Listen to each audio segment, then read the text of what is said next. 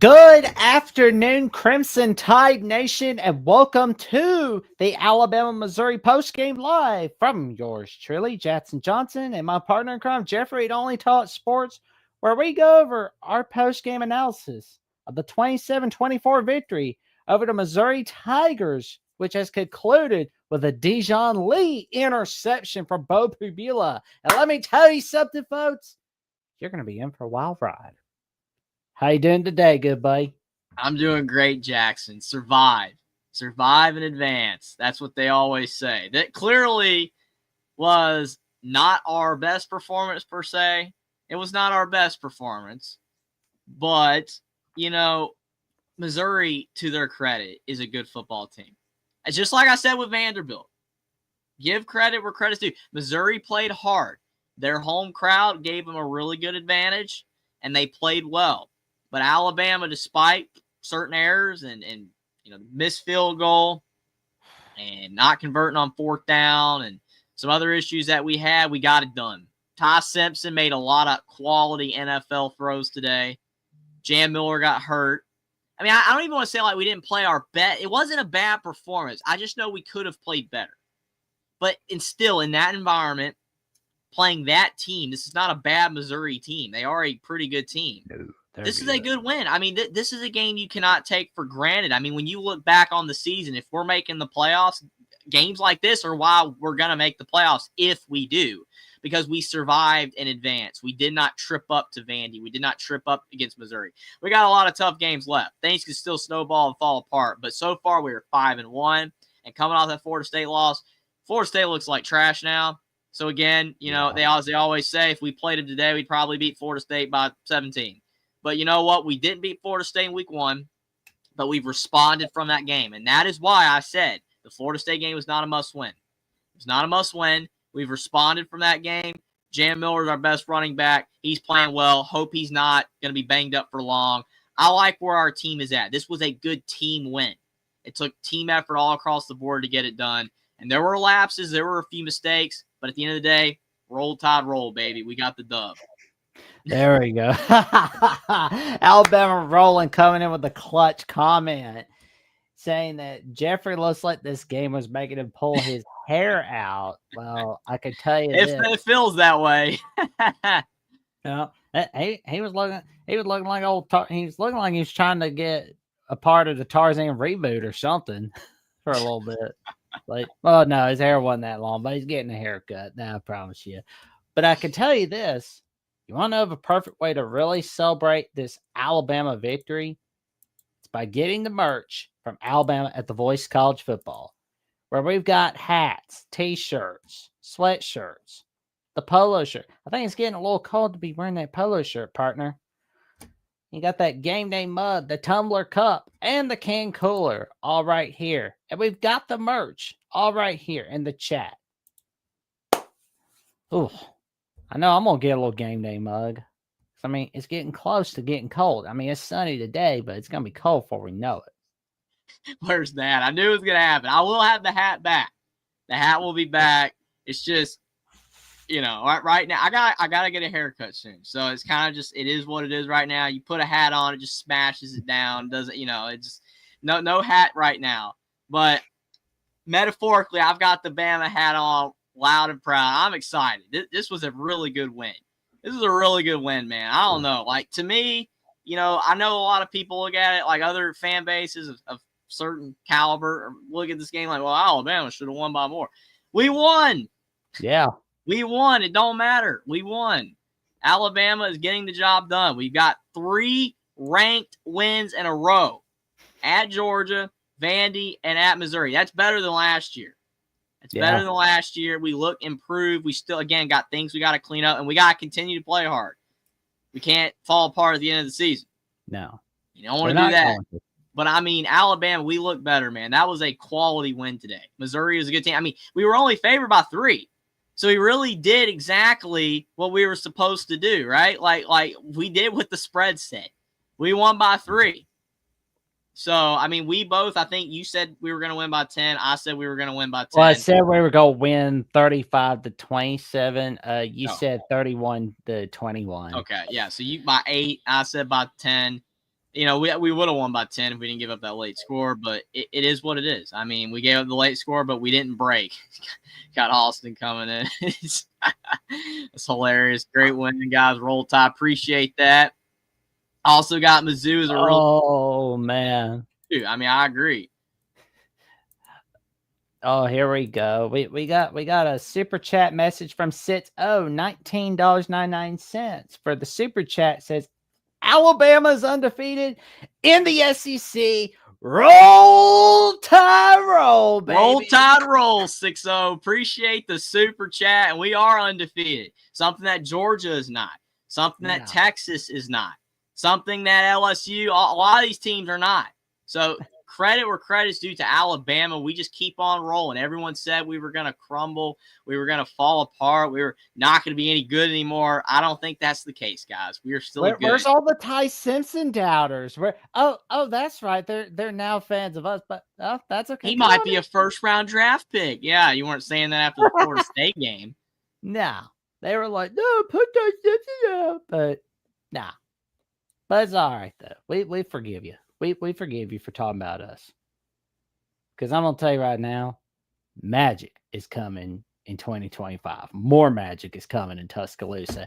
And we appreciate the $19.99 super chat from Sitz. Oh, and like we say on Alabama The Voice of College Football, if you want your comment guaranteed to be read, put it in a super chat, and we will make sure to read it. We always appreciate the super chat contributions as they help us keep growing. Absolutely. Definitely appreciate all the support. Again, getting closer to 3,000 subs as well. Couldn't do it without you guys. You guys are amazing. And Alabama, again, not an amazing performance, but still, I mean, when you take all of it into account, it was pretty impressive. I mean, you really can't say much else about the game. I mean, it was a high-quality performance against a pretty high-quality team in Missouri. I mean, I'm impressed with the team. I mean, DeBoer's gotten flack. Simpson's gotten flack. A lot of players have gotten flat. I mean, I even like the creativity. Still sprinkling in the Caden Proctor plays. I love Caden Proctor touches. I've given Caden Proctor a lot of flack over the years about, not consistently playing hard. He's playing hard. He's playing well. You love to see it. Oh, man. It was no doubt. Like, it was beautiful the way we've been playing today. Like, because it was like we were down 7-0, but then we're telling everybody, hey, we're going to be fine. We're going to be fine. Because, like, our running game, like, I'm going to go ahead and take a look at our stats for the running game. 126 rushing yards. Like, nah, but that's okay. But we had 200 passing yards from Ty Simpson, 3 touchdowns. Some clutch plays he's made today. Like, especially that play on 4th and 8 to Lotzier Brooks. That was a huge one right there. And that's such a big key for us, is to have extra guys that we're not expected to be good right now. We know we have a lot of talent behind our starters, but Lotzier Brooks, I mean, he's behind Ryan Williams. He's behind Bernard. He's behind Horton. That guy comes in, and he led the team in receiving yards. That was impressive. That catch he made. You saw that catch he made. Yeah. Oh, my goodness. It's great. I know. Steve coming in here, different standard. It's not a different standard, Steve. We won against the 14th ranked team on the road. We won. I mean, that's a quality win. I mean, I understand. I know what you're saying. I get it. I know. It's in jest. It's in fun. I know. It's like Ohio State and Alabama. We got the highest expectations in the country. Practically. Like, I know what you mean. Like, we should have won by a lot more. I'm just glad we won. I mean, what would it be if we didn't win? It'd be a whole lot worse. Yeah. So, to me, I think it's a really good win. I do. I mean, I know that we're still not where we were at under Nick Saban, but, I mean, this is a positive step in the right direction, in my opinion. I feel like DeBoer has this team heading in the right direction, compared to last year. If we keep up this level of play, who else on our schedule can beat us? I mean, I'm just looking at the rest of the schedule. I mean, if we play the way that we did the last 3 weeks, especially against Georgia and Vandy, I mean, I don't know. Auburn can beat anybody. when they want to, when they care to show up. We know that. So that's not going to be easy. Tennessee, LSU, I mean, we know all that. But I'm just saying, like, I know that this team is capable of beating everyone left on the schedule if we play like it. I'm not saying we're not going to lose another game. We absolutely could. Maybe we don't show up. Maybe another team just plays that well. But I am just very impressed with Alabama's consistently at least like B level performances or better. We did not see that last year. We were all over the place. We had an A game. We had a D game, a C game, a B plus. It was all over the place. We're getting consistent performances pretty much week to week to week. That's a good football team that does that. Yeah. Well, and I'm looking back at some of the clutch plays we made today. You know, like, man, that play from Caden Proctor, as we mentioned, like, oh man, another one. Like, that's going to be a regular occurrence. I'm going to tell you right now, I'm going to love every minute of it. Oh, yeah. I hope he gets more touches. I saw a comment online that said, put Caden Proctor, like, in the Heisman conversation. Like, Alabama's trying to put him in the Heisman conversation. That's funny because, obviously, that's a joke. It's not going to happen. Heisman's a QB award. If anybody can win it, it's maybe a running back or receiver. If it's not a QB, but it's rare. Proctor's not going to be in that conversation. But I just love seeing Alabama be creative with their big fella. I mean, you've got a guy that's that big, that's that athletic. I mean, Caden Proctor was highly rated for a reason. The guy is uber talented. He's got an unbelievably rare skill set to be that big, and he can move. You saw him go airborne on the play. It was slight, but he went airborne. How many guys that are 367 pounds or whatever he weighs can go airborne at all? Like, dude went airborne. He is so talented. He just needed to play consistently hard, and he's doing that this season. After the Florida State loss, he's been playing very well. One of the higher-rated tackles in the country, looking like he's going to be a top 10 to 20, draft pick. This year he looks really good. I love the touches. I mean, football's gone away from power, formations and power football. It's more spread, it's passing. But when you can just see that old school bully ball like that, I love to see it. I love seeing Alabama go to those packages with Proctor of all people to do it with. It's amazing. I love it.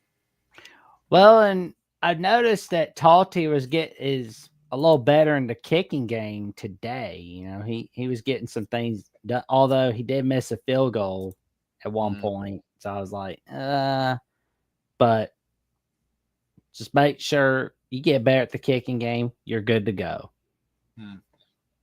Just have everybody talking about how bad you are. And then when the time's right, you get them right where you want them. Talty's not a bad kicker. Oh, yeah.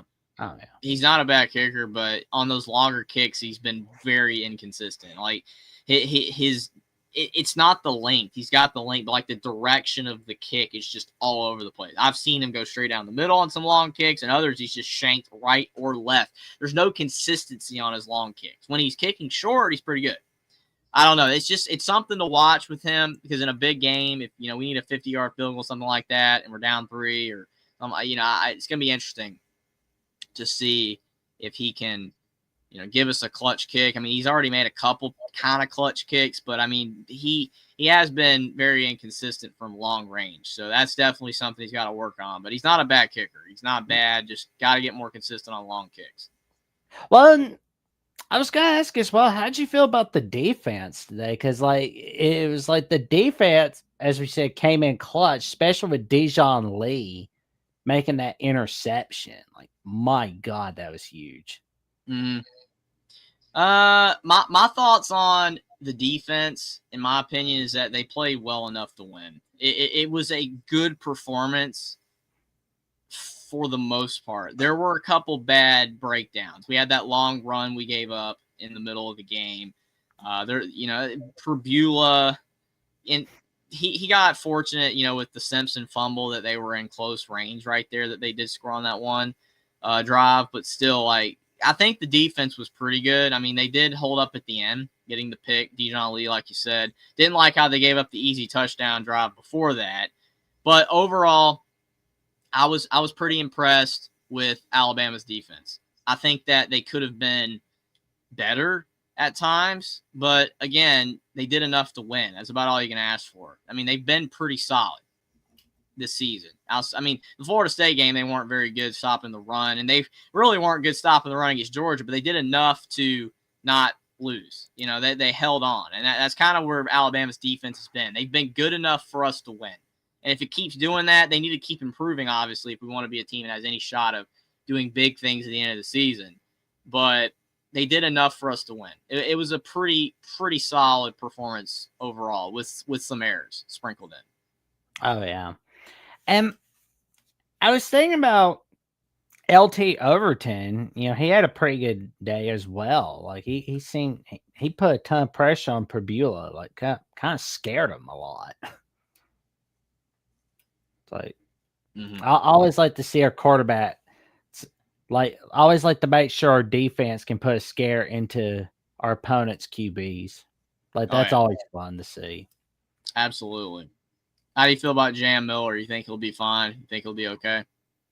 He'll be all right, but I just want to see him 100% healthy. You know, just make sure he's all right for Tennessee, South Carolina. But if he can't be able to come back for those 2 games, then just like sit the next 3 weeks, come back for LSU, make sure you're healthy for LSU. But, you know, how about Daniel Hill? I'm curious to see more of Daniel Hill. I've been thinking about him all off season, and now the season's here. You know, we're halfway there as we're living on a prayer.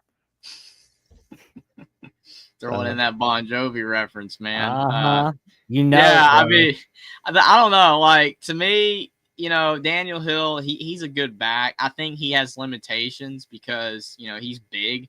Being big is good when you're a running back. Like Derrick Henry, you know, obviously, just a beast. But you do need speed as a running back as well. I'm not saying Daniel Hill does not have speed, but Daniel Hill does not pick up a ton of yards on the ground. He's good at pushing a pile. But, like, Jam Miller kind of gives you that all-around back, per se. You know, he's able to run, you know, out of tackles. He's got enough power, but he's got the speed to get to the second level. You know, Daniel Hill doesn't necessarily give you that as much. I like Daniel Hill. I think he's a good back. But he's more of a short yardage back. He's more of a situational back, whereas Jam Miller's an all-around back. That's why I think it's very important, you know, for him to come back, you know, quickly off this banged up, you know, situation that he went through today. You know, Richard Young's good too, but just hasn't shown enough. You know, Alabama was not running the ball as well with those guys. They ran the ball better with Jam Miller. And you saw what happened when Jam Miller left the game. Yeah. Alabama's run game kind of died. It kind of faltered. So Jam Miller's our best running back. It's clear. I think that we need him out there to be a truly multi-dimensional offense. You know, without him, it becomes a lot more Ty Simpson heavy, and I don't prefer that. You want your quarterback to have help, and when Jam Miller's out there, you've got that option to run the ball. It makes Ty Simpson have less pressure on his shoulders. Oh, no doubt. So, of course, like, there's the update from Bama 247 where it talks about Jam Miller getting knocked out early in the 4th quarter with a concussion. And another one of our guys who got a concussion was Derek Meadows. Like, that's an ugly hit right there. Oh, yeah, that was terrible. I mean, the guy got ejected for Missouri, and I think that was a good call. I mean, it was a pretty bad hit. I've seen worse, but it was a pretty bad hit. Hopefully he's okay. I hate that happened to him.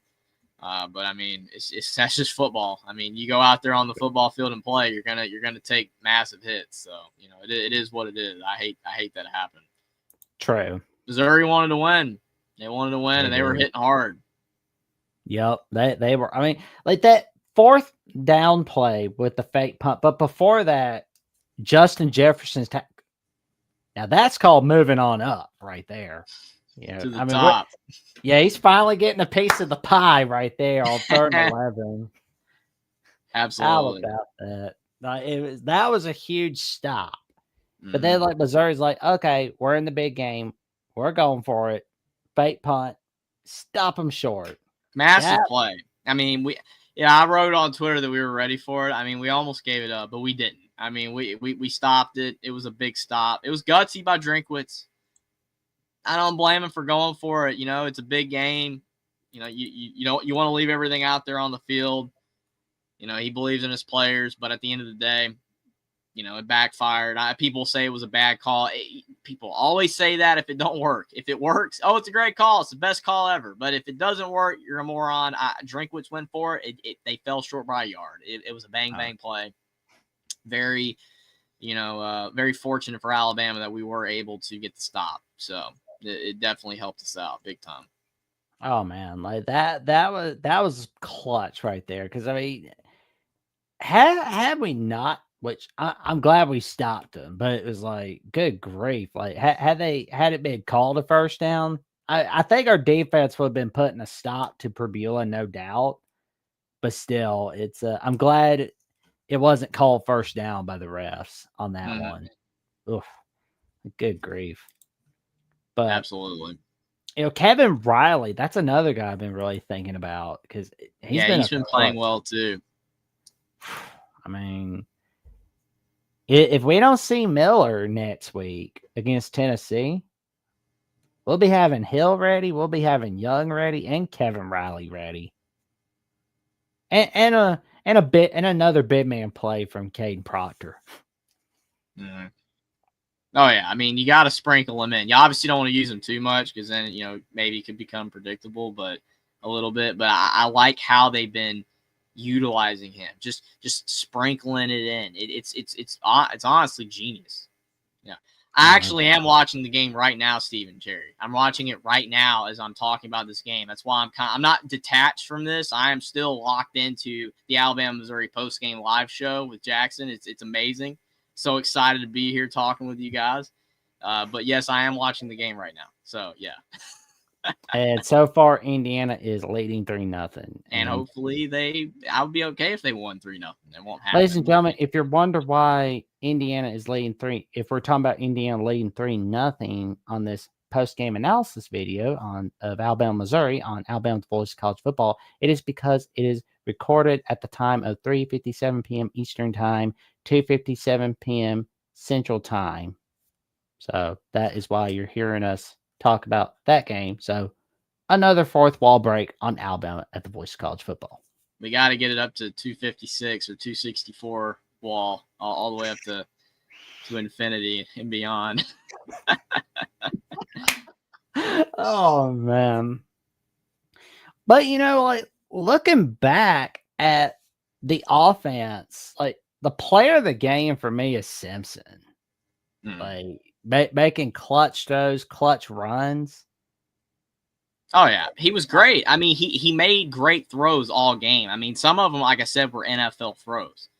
I mean, his stock has skyrocketed. I mean, he's probably in the first round conversation, Heisman conversation for sure. He's playing really, really good. Like, I've been very impressed with Ty Simpson. I don't think any of us thought he was going to do this well. I didn't. I mean, I thought he'd do all right. I thought, with the team he had around him, he'd do pretty good. But he's been very, very good. I think he's been almost better than what the talent is around him, which I know sounds bizarre because we do have a lot of talent at receiver and running back and all that stuff, and O-line's been better. But I mean, Ty Simpson just feels like he's elevating the team though at times. Like he's putting balls in tight windows. Yeah, that catch by Lotzir Brooks was incredible, but that throw was spot on.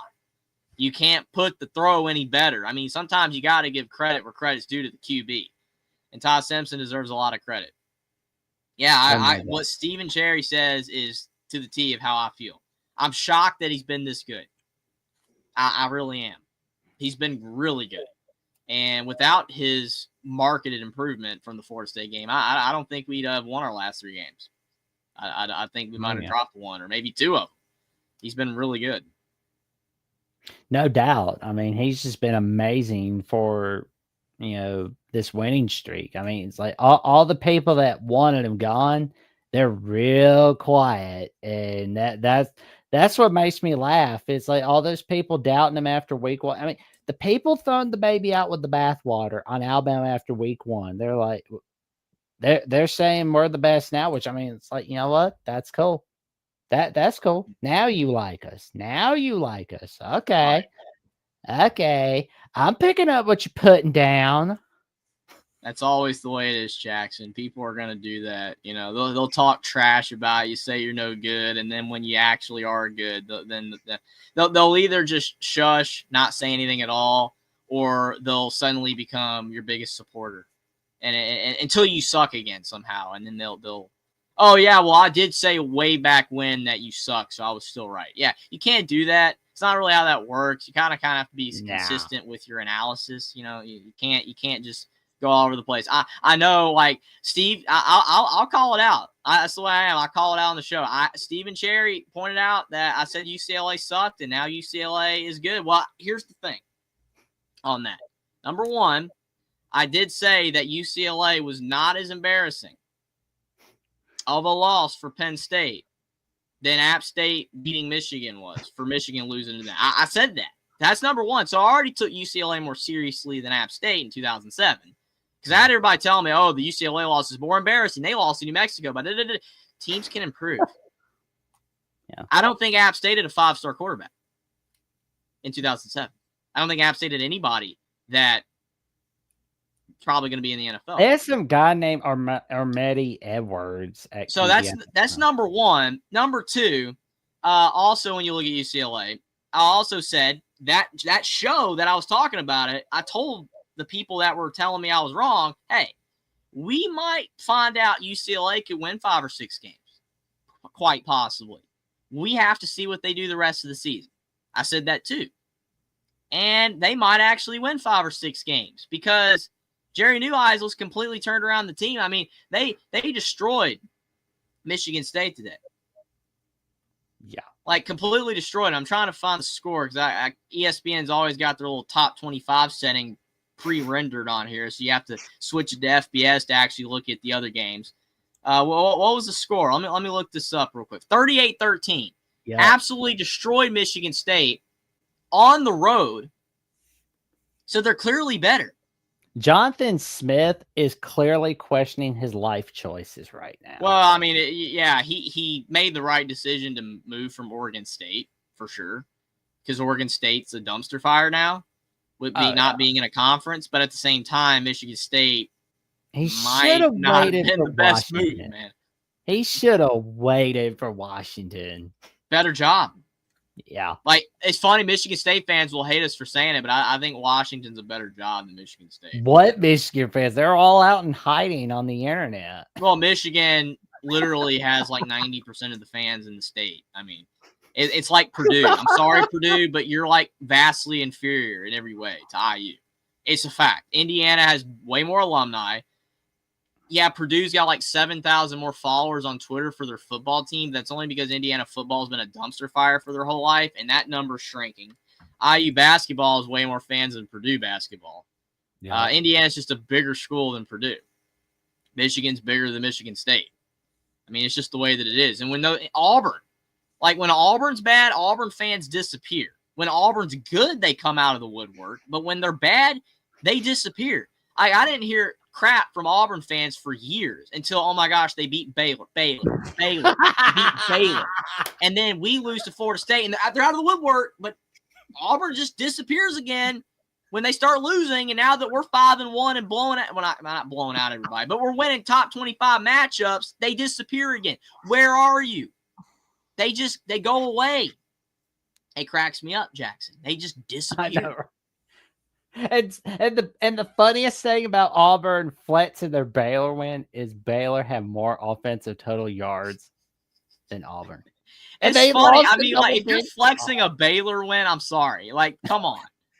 I mean, was RG3 on that team? No. Yeah, I didn't think so. Baylor's not horrible, but still. I mean, I'm not trying to trash these universities because obviously there are Purdue fans and Michigan State fans and Auburn fans. Don't get me wrong. I'm just saying, though, that when these teams stink, they disappear. They completely fold. Like, they don't even exist anymore. And then suddenly when they win anything, then they reappear, and then they just, you know how it is. I don't know. It makes no sense to me because, like, to me, if you're bad or good, you think you want to at least, like, say something.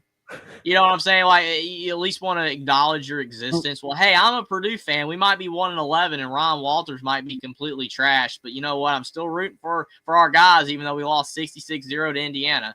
You know, No. we're still an amazing program. Love the guys. No, they just disappeared. I mean, Indiana had fans when Indiana was bad. That's what makes me laugh so much, is that people say, well, you had no fans before they were good. Yeah, they did. They had fans. They just knew they sucked. They knew they sucked. I mean, it's just now that they don't suck, they're able to say that they don't, and it feels like they're out of the woodwork. I don't know. I mean, every fan base has fans that are loyal to the end and say some things, but at large, certain fan bases just really disappear when the team's not good, though. They do just really disappear. We got John Diadamo in the chat. Appreciate that, John. Appreciate it a lot. But yeah, I'm like I said, I'm just excited about the win though for Alabama. It's a good win overall, regardless of what people think. We got it done. Oh, man. Yeah. Oh, man. I will say, though, USC, I think, will disappoint everybody yet again. And I think Michigan's going to win that one. I feel sorry for Washington and Michigan State. I feel more sorry for Michigan State because they're going to need a lot of luck. Because I don't see them doing anything against Michigan. But let me get back to the game for a moment. Defensive player MVP. Who's your MVP for that one against Missouri? That's tough. Because, I mean, do you go off like a singular play, or do you go off like the entire game? Because one of the best performers of the entire game was LT Overton. LT Overton was a beast today. I mean, wrapping up guys, getting in the backfield, creating havoc. He was unreal. Now, I mean, the singular MVPs, DeJon Lee, he sealed the game. You know, he got the pick and sealed the game when Missouri was driving and could have scored on us, and maybe we could have lost. So, I mean, if you're going off a singular play, DeJon Lee is defensive MVP. But for the entire game, I go LT Overton. You know, great minds think alike, because I'm right there with you on LT Overton. Dude was a magician, just putting a ton of pressure on Prebula. Like, I feel sorry for Prebula because he had to deal with a guy like Overton. It's like, I love our guy Overton because I'm like, you get him mad, he'll chew you up like a chicken nugget. Absolutely. I would not want to be in his way if I was on the other team. No. I mean, it'd be you're done. You're done. But yeah, it was a great game. You know, we're gonna have to prepare. Next game is Tennessee. No let up. No. Because Tennessee's looking to beat Alabama in Tuscaloosa for the first time since 2003, since the dark ages of the internet, of course. But that's not going to happen. We're not letting that happen, and we're prepared for it. And we got a $2 super chat from Cade the Diesel Freak saying, "What the hell's going on? OMFG." What the heck's going on, Caden, is that Ohio State and Alabama both got wins today. That's what happened. Oh, man. So, congrats to your Buckeyes yet again for beating Illinois much less impressively than Indiana did. And congratulations to Alabama for getting a win over Missouri in a tough environment. So, yeah, it was good. It's a good day for Ohio State and Alabama. It was a good day. Oh, man. Humongous day for the Bucs. I mean, there's one play where Illinois was making a punt, but bro's knee was down. That's why that had to have been a turning point for Illinois, Ohio State. Oh, yeah. Big time. I mean, Illinois tried to hang in there, but they didn't have a chance. Holy crap. Went on Locked On West Virginia the other day this week, going over some Big Ten predictions. I said it was going to be 35-17 Ohio State over Illinois. I said something similar. I don't remember. I think I said like 38-17. I don't remember though. Well, they won 34-16. Yeah, I said something similar to that. I think I had Illinois having 17. I think so. We pretty much were right. Pretty much. Once again, great minds think alike. Yeah, I mean, it just felt the like that point type of game. margin. The point margin was accurate. Oh my god. Oh man. Well, Jeffrey, what match game you got cooking up tonight, good buddy? Definitely going to be going live tonight, recapping every single Week 7 college football game. Indiana, Oregon, Alabama, Missouri, Ohio State, Illinois. I mean, we got some stuff to talk about with that game. There's a little bit to talk about.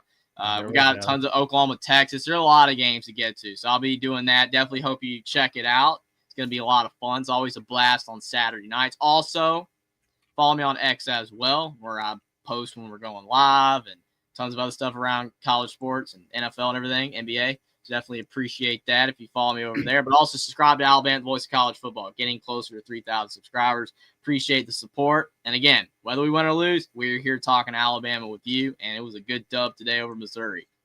Agreed. Humongous dub over the Tigers. Tell your friends, family, and the cashiers at Post about the magic that Jeffrey is creating at Only Taught Sports, where he taught sports every single day, or at least he tries to. And you can check me out on Jackson Johnson 979, where I've got numerous episodes of the Jacksonian.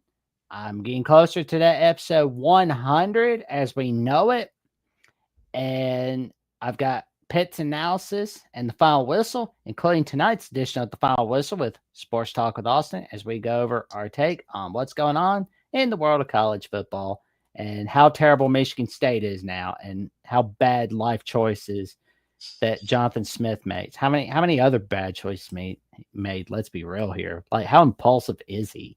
But we'll go over all that on Final Whistle. And for more takes on what I've got going on Alabama with the Voice of College Football, the Jacksonian, Jackson's take World of College Football on Locked On West Virginia, Mountaineer Paul, and once a week, twice a week calls on the Paul Feinbaum Show. However long that show's going to last. Check me out on Jacksonville CFB on @/Twitter and on Instagram and threads at Jackson Johnson 543-908. And before we sign off, we've got the YouTube memberships for $2.99 a month. You can become a Crimson Faithful member, where you'll have loyalty badges next to your name in the comments and in the live chat. And you get a member shout out. Like, you get numerous shout outs, like especially when you're a YouTube member of Alabama the Voice of College Football. Well, for $4.99 a month, you can become a Saber Disciple, where you'll have priority replies to comments, access to a monthly hangout with yours truly, Jackson Johnson, Jeffrey Only Taught Sports, and Coach Smooth Hines. All right here on Alabama the Voice of College Football. And for $9.99 a month, you can become a Bear Bryant legend by connecting on social media with each of us and giving out content requests of any kind, and neither rain nor sleet nor snow nor the weird weather of Alabama will put a stop to us from fulfilling your content request. All right here on Alabama with the Voice of College Football. And you can check us out on Amazon Podcast, Apple Podcast, iHeartRadio, and Spotify. All right here if you want an audio version of Alabama Crimson Tide Live.